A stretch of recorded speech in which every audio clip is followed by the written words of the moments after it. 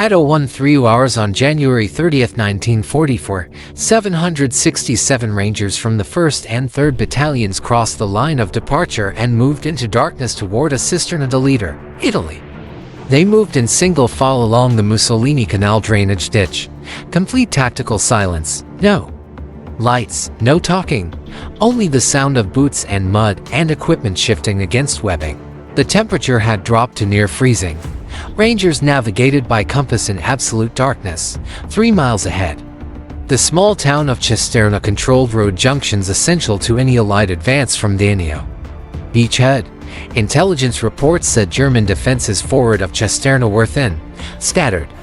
Outposts, light resistance. The Rangers would infiltrate through German lines, seize Cisterna before dawn, and hold it until the 3rd Infantry Division attacked to link up with them. But intelligence was wrong. German forces had designated Cisterna as an assembly area for counterattack forces. The Hermann Göring Panzer Division had positioned 17 Panzer for tanks and concealed positions around the town. The 715 Infantry Division held the ground between Allied lines and Cisterna. Field Marshal Albert Kessler had ordered every available unit to Anzio to contain the Allied beach head. German command knew Rangers were coming. They had moved to full divisions and armor into positions specifically to counter the expected infiltration. This was not the thinly held outpost line American intelligence believed existed. This was a trap and Rangers were walking straight into it. The fact that German command had moved to full divisions and armor specifically to counter a force of less than 800 men demonstrated something critical. The Wehrmacht feared Rangers, and they had good reason. The problem for Allied forces in Italy in 1943 was simple. German defensive positions were nearly impenetrable. Wehrmacht troops were dug into mountains, hills, and fortified towns throughout the Italian peninsula. Every advance cost hundreds of Allied lives. Every strong point required days of artillery bombardment and frontal assaults that bled divisions white. The Gustav Line south of Rome had stopped the entire 5th Army cold. Monte Cassino had become a killing ground where Allied divisions threw themselves against German positions and died by the thousands. American and British commanders needed something different. They needed units that could bypass German defenses, attack from unexpected directions, move at night, infiltrate enemy lines, and accomplish missions that conventional infantry could not. They needed raiders, commandos, special assault troops who could do what regular infantry divisions could not do. The British had commandos, highly trained raiding forces that had conducted operations along occupied coastlines since 1940. Small unit tactics, night operations, amphibious assaults. The commandos had proven that elite light infantry could accomplish strategic objectives that entire divisions could not achieve through conventional means. But in 1942, the United States Army had no equivalent force. The American infantry divisions were trained for conventional warfare, set-piece battles, frontal assaults with artillery support. They were good at what they did, but they were not trained for raids, infiltration, or commando operations. General George Marshall, Chief of Staff of the United States Army, recognized this gap. In May 1942, he approved the formation of a new unit, the 1st Ranger Battalion, named after Rogers Rangers from the French and Indian War. This new force would be modeled on British commandos, but would be American in composition and command. The mission was clear: create an elite raiding force capable of conducting operations that conventional infantry could not accomplish. Brigadier General Lucian Truscott, the United States Army liaison to British Combined Operations Headquarters, sent a cable to Major General Russell Hartley, commanding United States forces in Northern Ireland. The cable authorized immediate activation of the 1st Ranger Battalion. 2,000 men volunteered from the 34th Infantry Division and 1st Armored Division stationed in Northern Ireland. The recruits came from every part of America: farm boys from Iowa, factory workers from Pennsylvania, college students from California, men looking for action, for challenge, for something more than standard infantry duty. The recruiting posters asked for volunteers for hazardous duty. No specifics, no promises, just hazardous duty. And men lined up to join. Of the 2,000 volunteers, Only 600 were selected. The selection process was brutal. Physical fitness tests that eliminated half the candidates immediately. Interviews that probed motivation and character. Background checks that eliminated anyone with disciplinary problems. The Army wanted the best. Only the best would make it through. The man chosen to command this new unit was Captain William Orlando Darby, 31 years old, graduate of West Point, class of 1933, an artillery officer with no special operations experience. But Darby had something that experience could not teach: leadership, presence, the ability to inspire men to do things they did not think they could do. Within weeks of his selection, Darby was promoted to major for his work organizing the battalion. The men who passed selection arrived at Carrickfergus, Northern Ireland on June 19, 1942. Company A, 1st Ranger Battalion, was officially activated. They had uniforms, rifles, and basic infantry training. What they did not have was any idea how to be Rangers. That education would come in Scotland. In late June 1942, Darby led his 600 volunteers to the Commando Training Centre at Achnacarry Castle in the Scottish Highlands. The journey began with a train ride to Fort William, followed by a 7mm forced march with full packs to the training camp. Men dropped out on the march.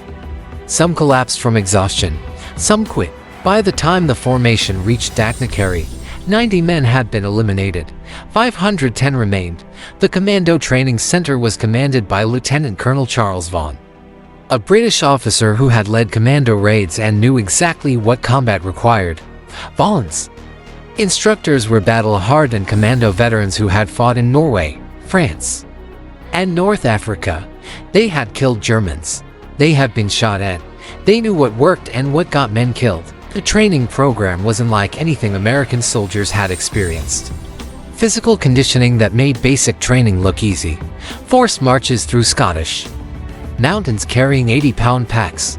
Obstacle courses run at sprint speed. Rope climbs, cliff scaling, hand-to-hand combat, all conducted in the cold, rain, and mud of the Scottish Highlands. But physical conditioning was just the beginning.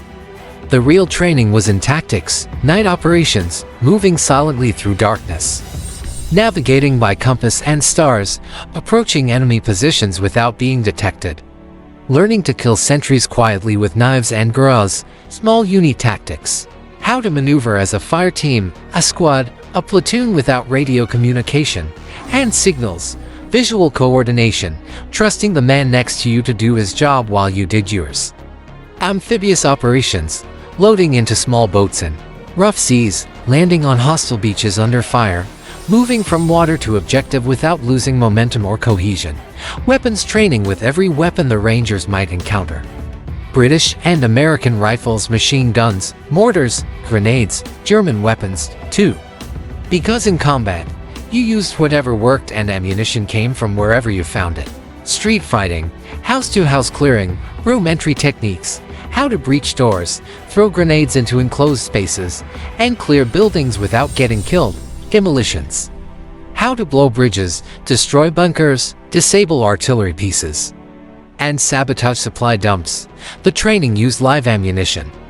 Actual bullets fired over the heads of crawling Rangers. Actual explosives detonating near moving formations.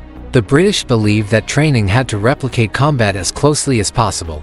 If men could function under live fire in training, they could function under live fire in combat. One Ranger was killed during training, several others were wounded. But the 500 who completed the course at Achnacarry in September 1942 were as well trained as any infantry in the world. The first combat test came on August 19, 1942, before the full battalion had completed training. 50 Rangers under Captain Roy Maury were attached to British and Canadian forces for Operation Jubilee, the raid on deep France. The objective was to test German coastal defenses, gather intelligence, and demonstrate Allied capability to conduct amphibious raids. The operation was a disaster. German forces were alerted before the assault began. Landing craft were met with withering fire from coastal guns and machine gun positions. Canadian infantry were cut down on the beaches. Tanks bogged in shingle and were destroyed by German anti-tank guns.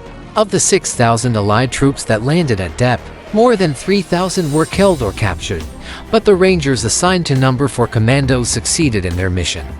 4 Rangers joined British commandos in an assault on the Hesse battery at Wingwil.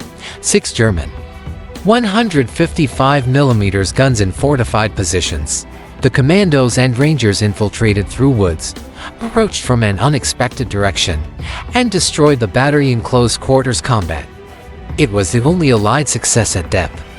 2nd Lieutenant Edward Lustello, 23 years old from Franklin, Louisiana, was leading 7 Rangers with No. 3 Commando at Bernaville when their landing craft was engaged by German patrol boats. 3 boats made it to shore under heavy fire. Lustello took command when the British captain was killed. He led his Rangers and remaining commandos in an assault up steep cliffs under machine gun and mortar fire. Lustet was wounded 3 times. On the 3rd round, while trying to suppress a German gun position, he was killed. Edward Lustet became the first American soldier to die in ground combat in the European theater of World War II. His death and the deaths of 2nd Lieutenant Joseph Randall and Technician 4th Grade Howard Henry proved something critical. Rangers would fight. They would not quit. They would not retreat. They would attack until killed. German defenders at depth noted this in their after-action reports. American Rangers attached to commando units displayed exceptional aggression and disregard for casualties. This observation would be repeated in every subsequent engagement where Rangers fought German forces. In November 1942, the 1st Ranger Battalion deployed to North Africa as part of Operation Torch. The Allied invasion of French Morocco and Algeria, the Rangers were assigned a critical mission: capture the coastal batteries at Arzew, Algeria before they could fire on the invasion fleet. 2 batteries. The Batterie Denner and Batterie Dissous, French colonial troops loyal to Vichy France, manning the positions. The Rangers would land at night, infiltrate inland, and attack both batteries simultaneously from behind before dawn. At 0 hours on November 8, 1942, 2 companies of Rangers landed on beaches east of Arzew in complete darkness. They moved inland using compass navigation. No lights, no noise. Complete tactical silence. Company Able moved north toward the Batterie du Nord. Company Baker moved south toward the Batterie Dud. Both companies approached their objectives undetected.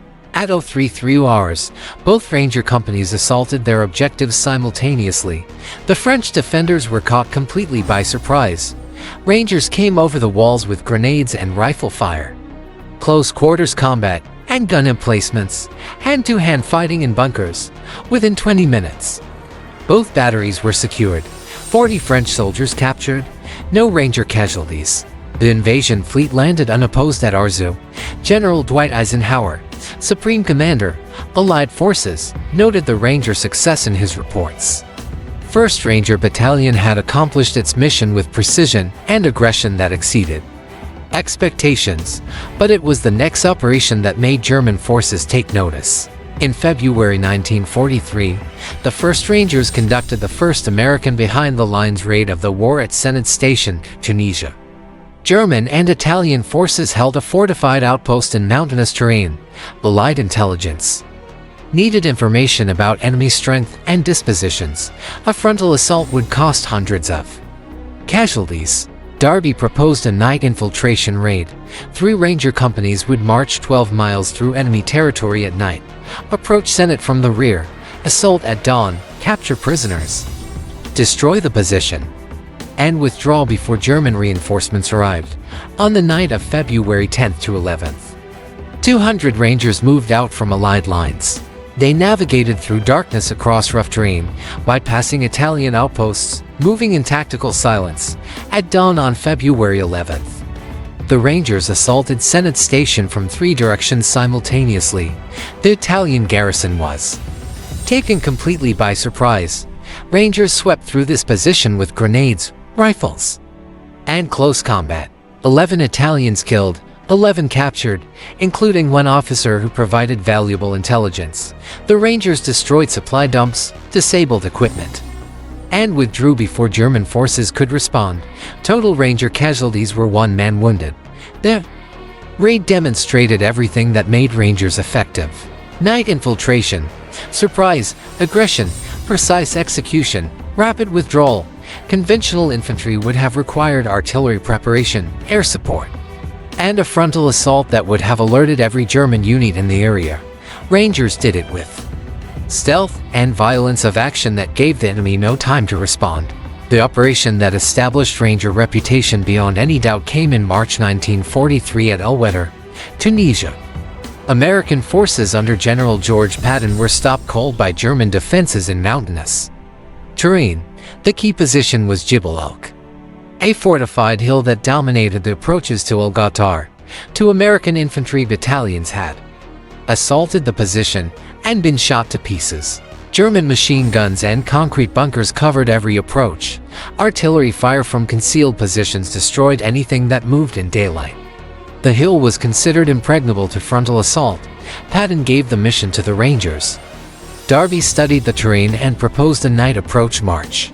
The Rangers would move 12 miles around the German flank through and map mountain terrain at night, climb the backside of Jebel Alk in darkness, and assault at dawn from the direction the Germans did know to expect to be attacked. On the night of March 20th, the entire 1st Ranger Battalion moved out. They navigated by compass through mountains with no trails.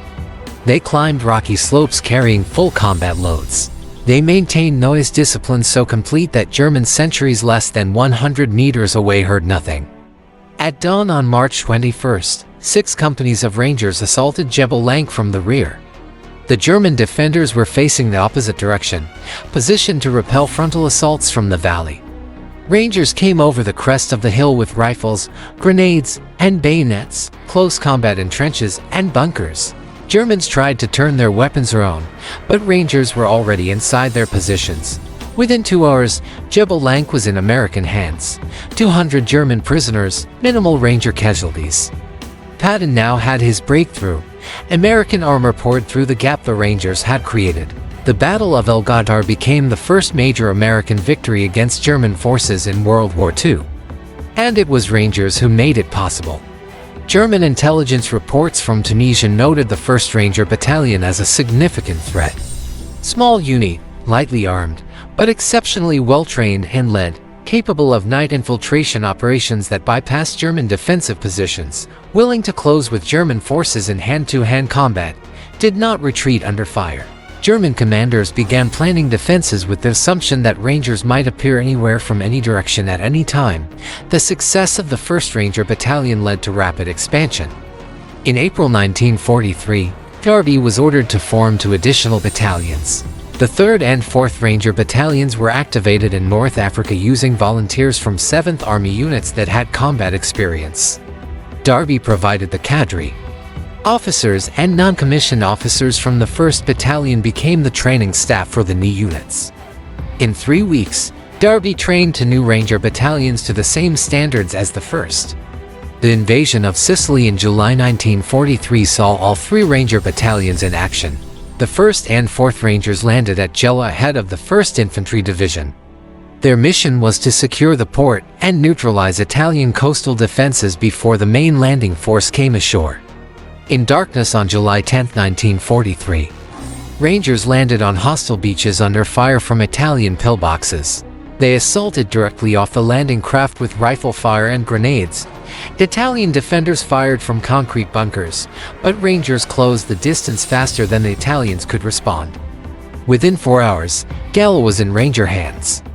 But German forces responded immediately.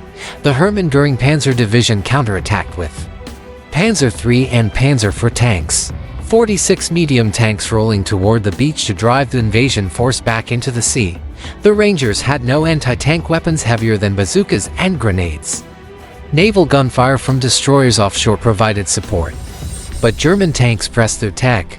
Darby organized a defensive line using every available weapon. Rangers with bazookas fired at point-blank range. Naval fire directed by Ranger forward observers destroyed tanks as they approached the town. Hand-to-hand fighting in the streets of Gela. German infantry and Rangers fighting Hussedo House. The battle lasted 2 days.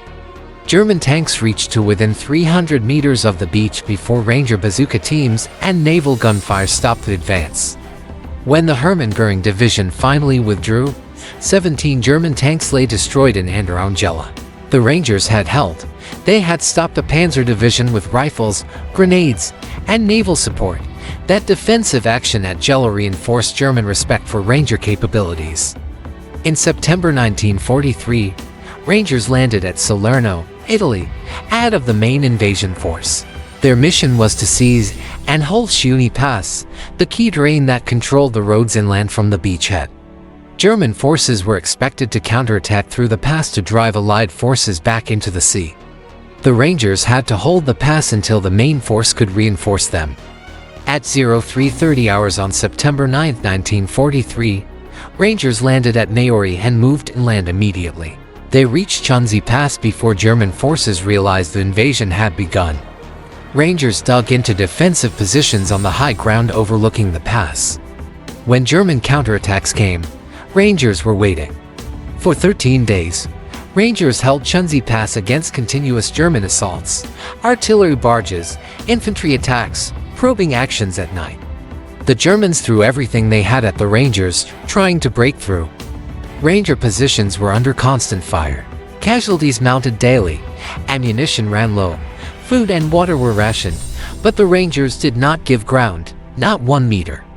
German forces noted in their reports that American Rangers at Chunzi Pass fought with tenacity.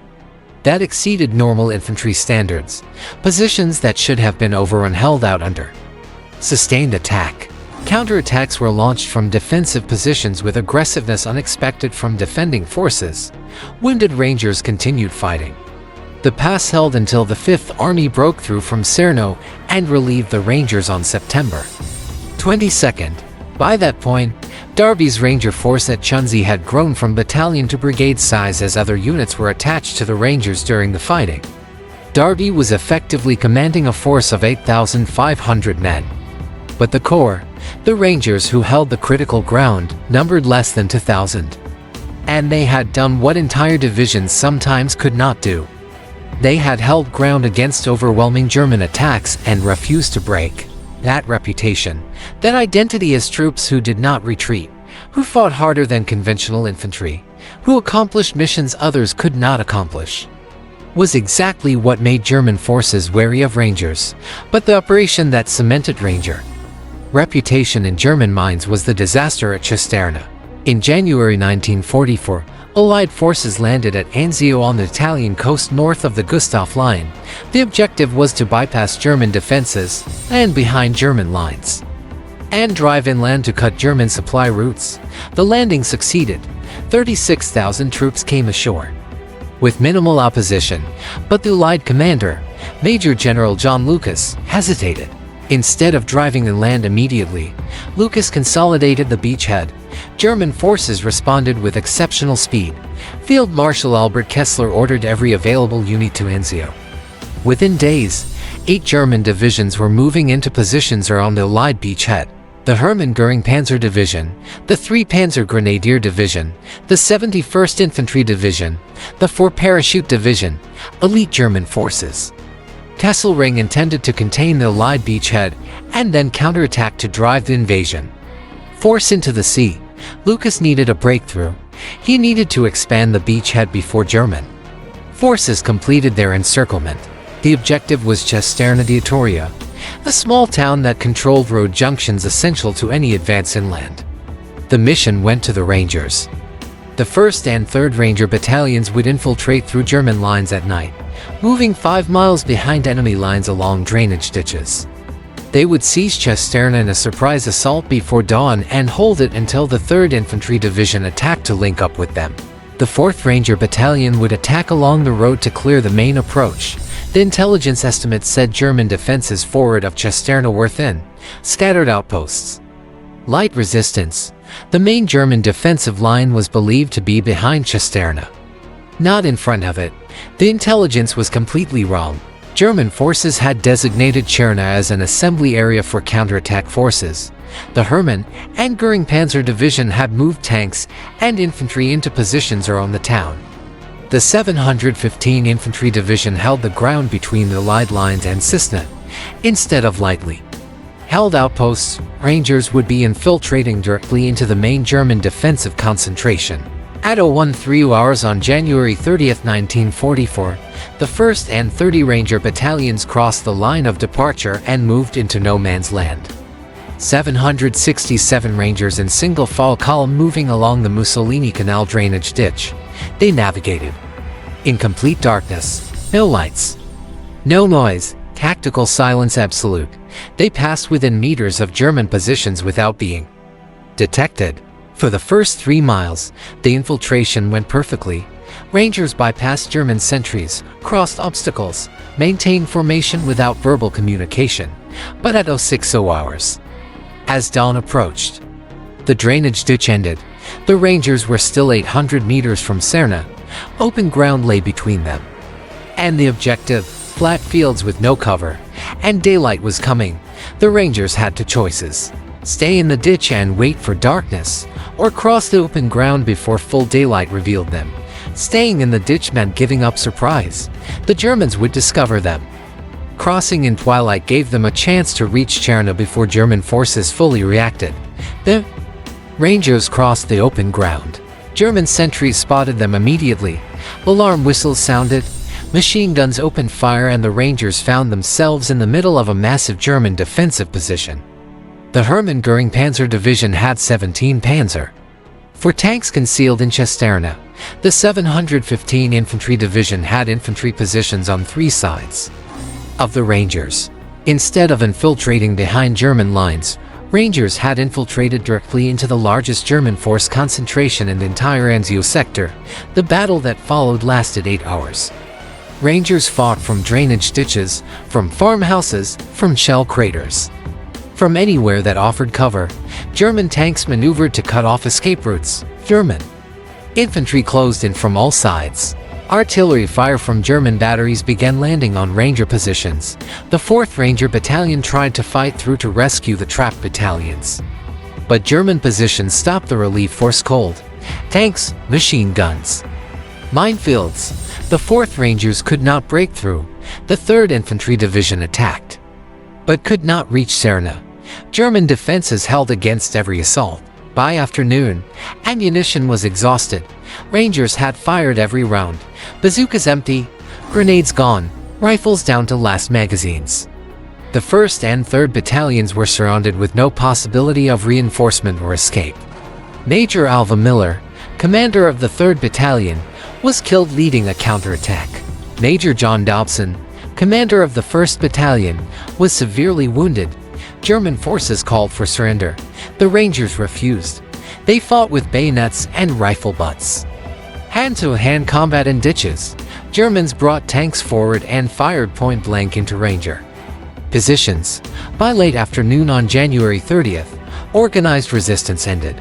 Of 767 Rangers who began the infiltration, only 6 made it back to Allied lines. 12 were killed in action. 36 were wounded. 743 were captured. The 4th Ranger Battalion suffered 30 killed and 58 wounded trying to reach the trapped units. Darby's Ranger force was effectively destroyed. The 1st, 3rd, and 4th Ranger Battalions were disbanded. Surviving Rangers were assigned to other units or sent home to train new formations. But German forces noted something important in their after-action reports.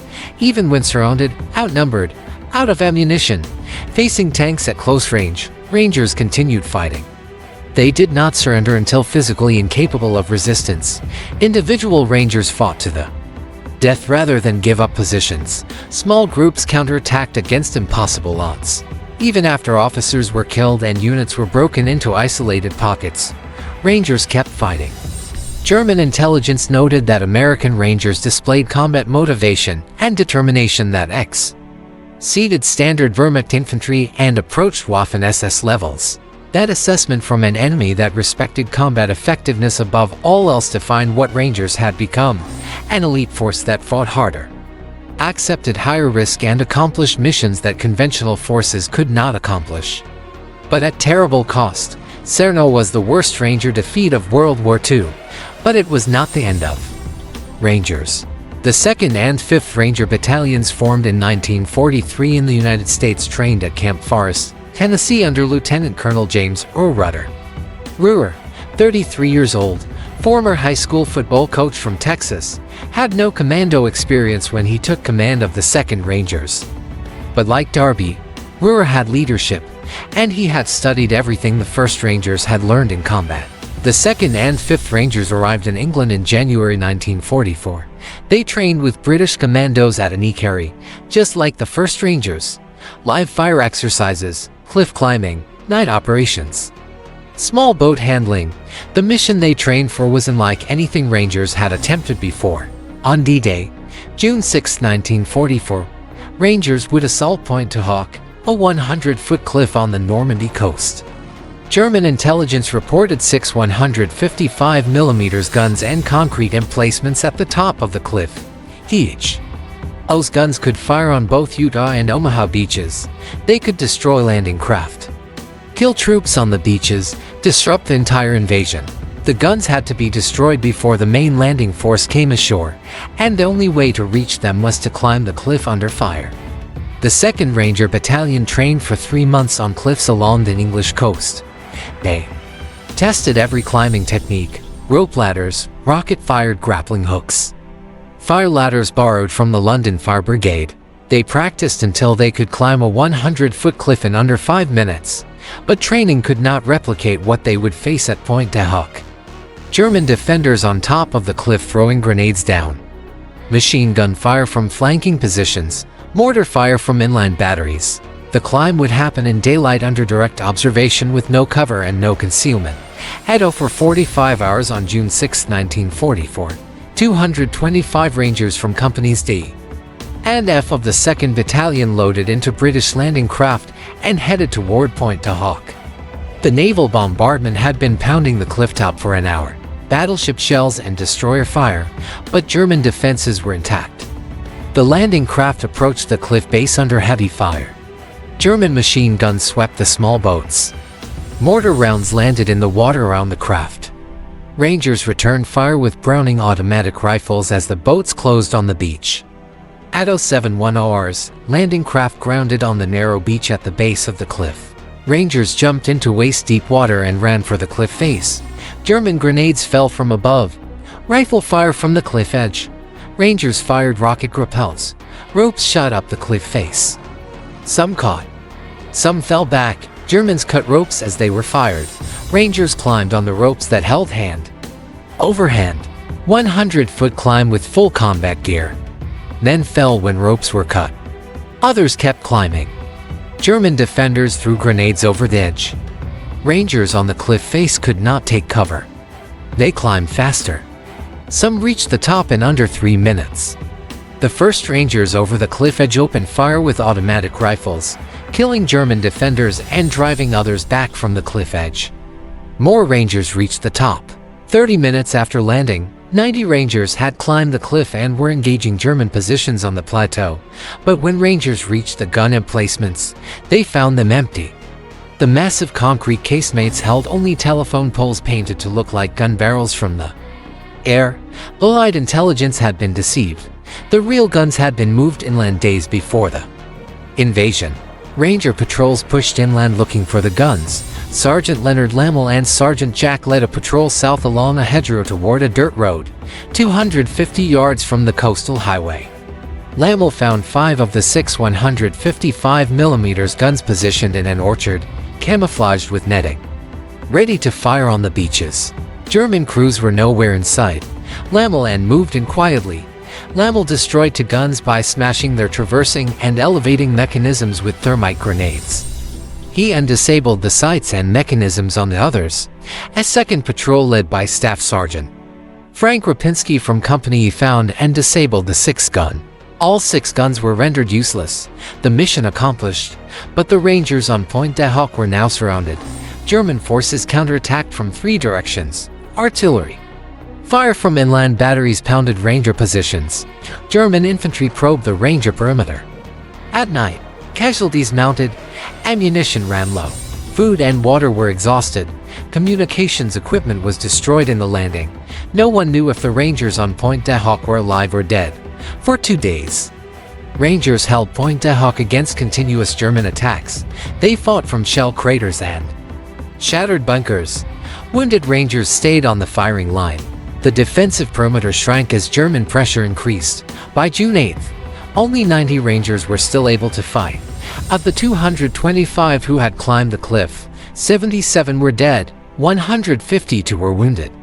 The remainder were exhausted, out of ammunition, and surrounded, but they held.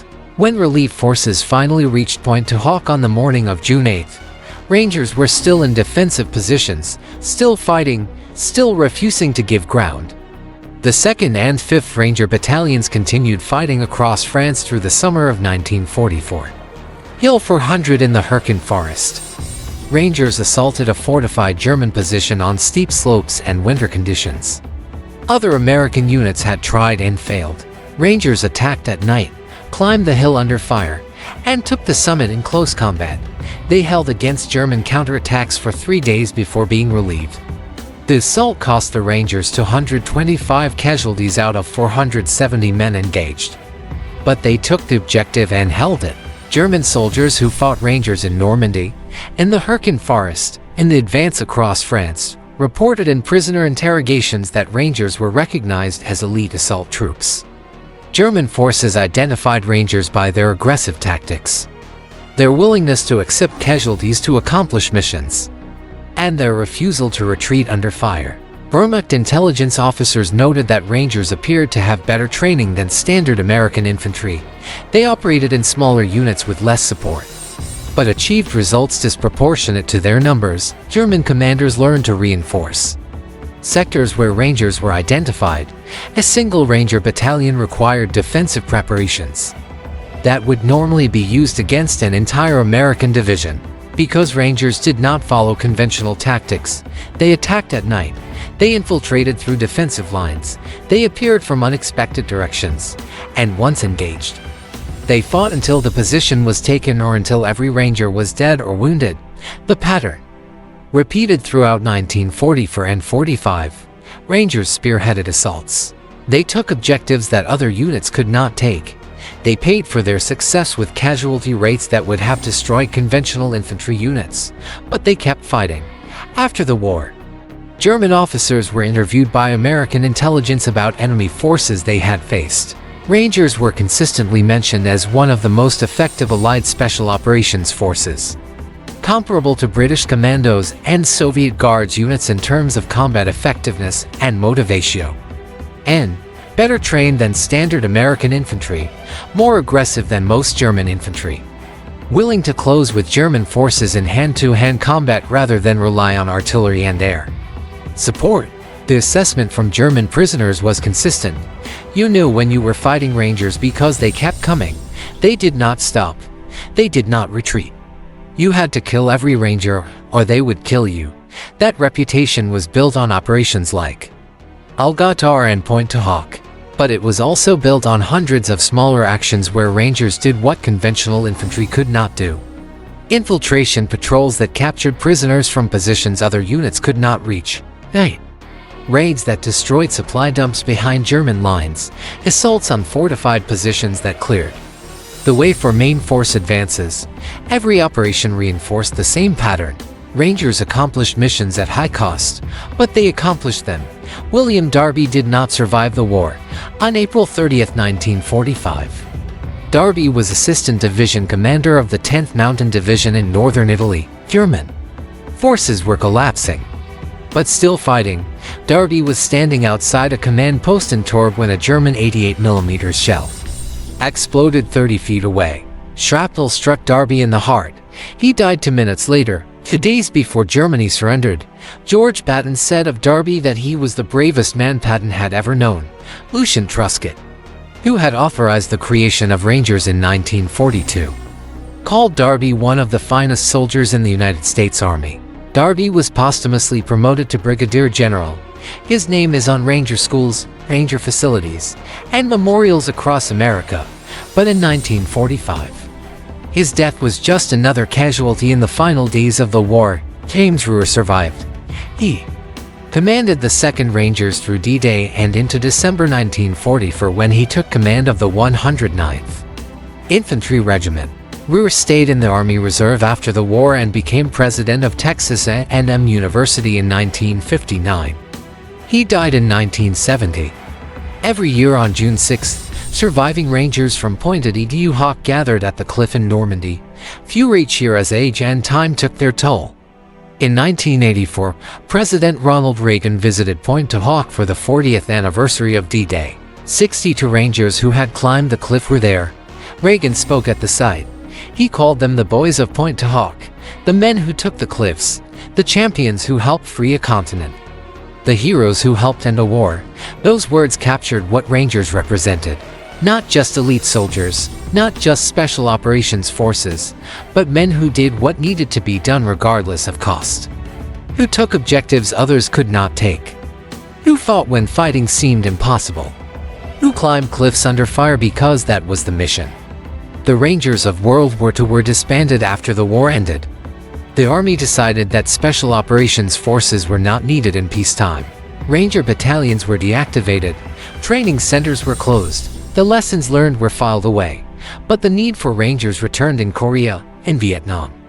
In every conflict where conventional forces needed elite light infantry to accomplish missions that required special training and exceptional motivation. The 75th Ranger Regiment, formed in 1970, carries the lineage of the World War II Ranger battalions. The scroll they wear comes from Darby's Rangers. The training they undergo follows the same principles established at Anikari, Hexagon. Conditioning, small unit tactics, night operations, live fire exercises. The expectation that Rangers will accomplish missions others cannot accomplish. The standard that Rangers do not retreat, they do not surrender, they complete the mission or die trying.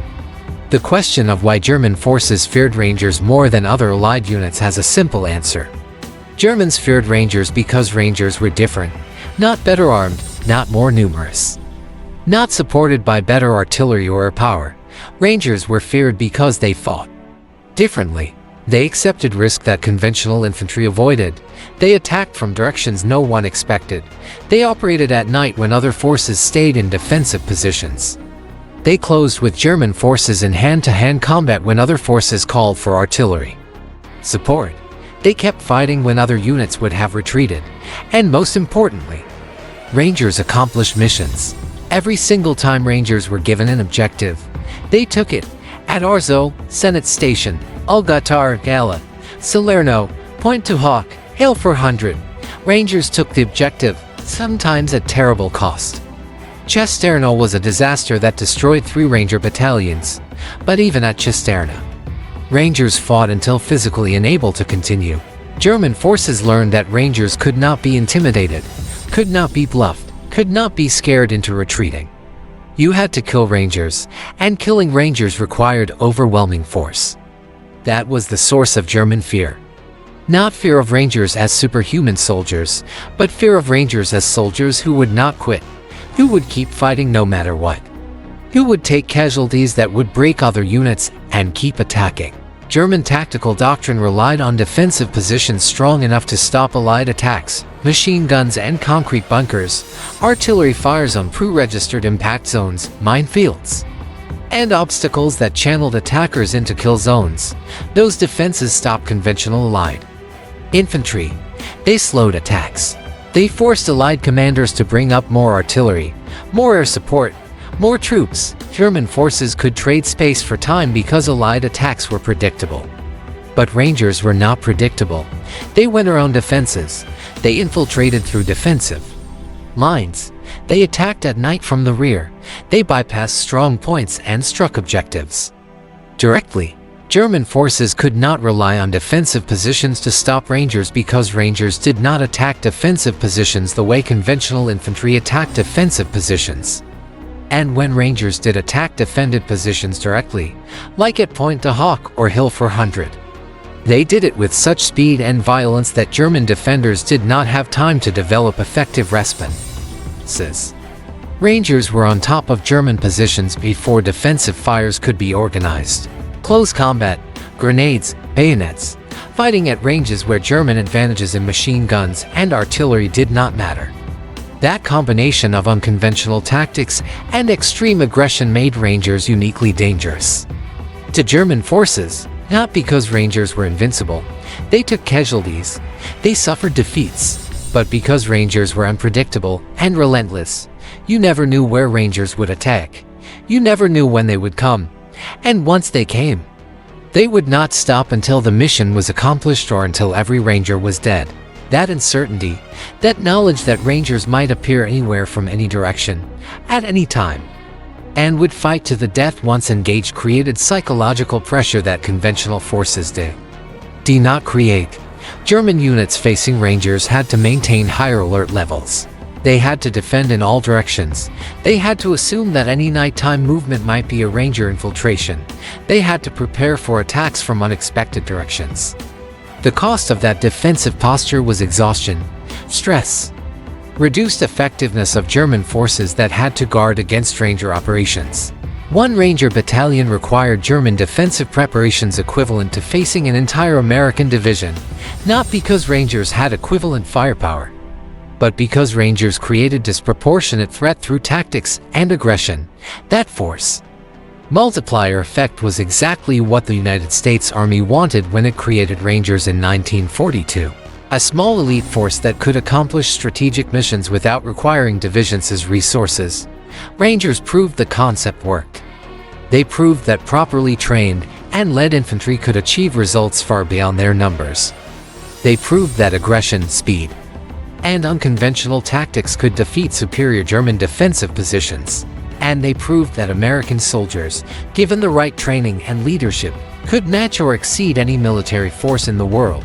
That legacy continues in today's 75th Ranger Regiment.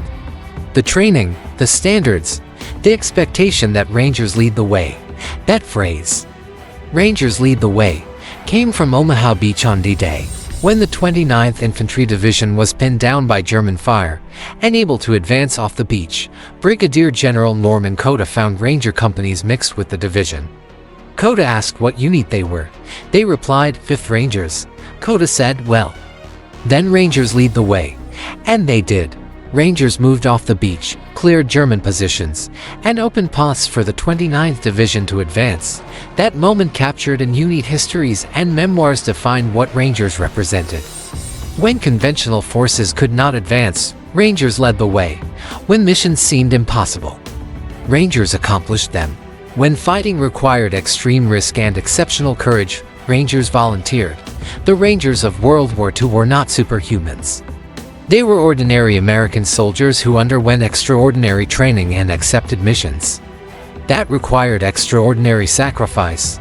They came from farms and factories and cities across America. They volunteered for hazardous duty. They trained harder than any infantry in the world. They fought in every theater of World War II, and they established a reputation that made German forces change their tactics, reinforce their positions, and prepare specifically for Ranger operations. That is why German troops feared United States Army Rangers more than other Allied units. Not because Rangers were invincible, but because Rangers were relentless, unpredictable, and willing to pay any price to accomplish the mission. If you found this story compelling, please take a moment to like this video. It helps us share these important military histories with more people who appreciate the sacrifices made by these soldiers. Subscribe to stay connected with more stories from World War II. Each one deserves to be remembered. Each one teaches us something about courage, leadership, and the price of freedom. We would love to hear from you in the comments. Tell us where you are watching from or if you have connections to World War II history through family or research. Our community includes veterans, military historians, and people from around the world who value these stories. Thank you for watching and thank you for helping keep these histories alive.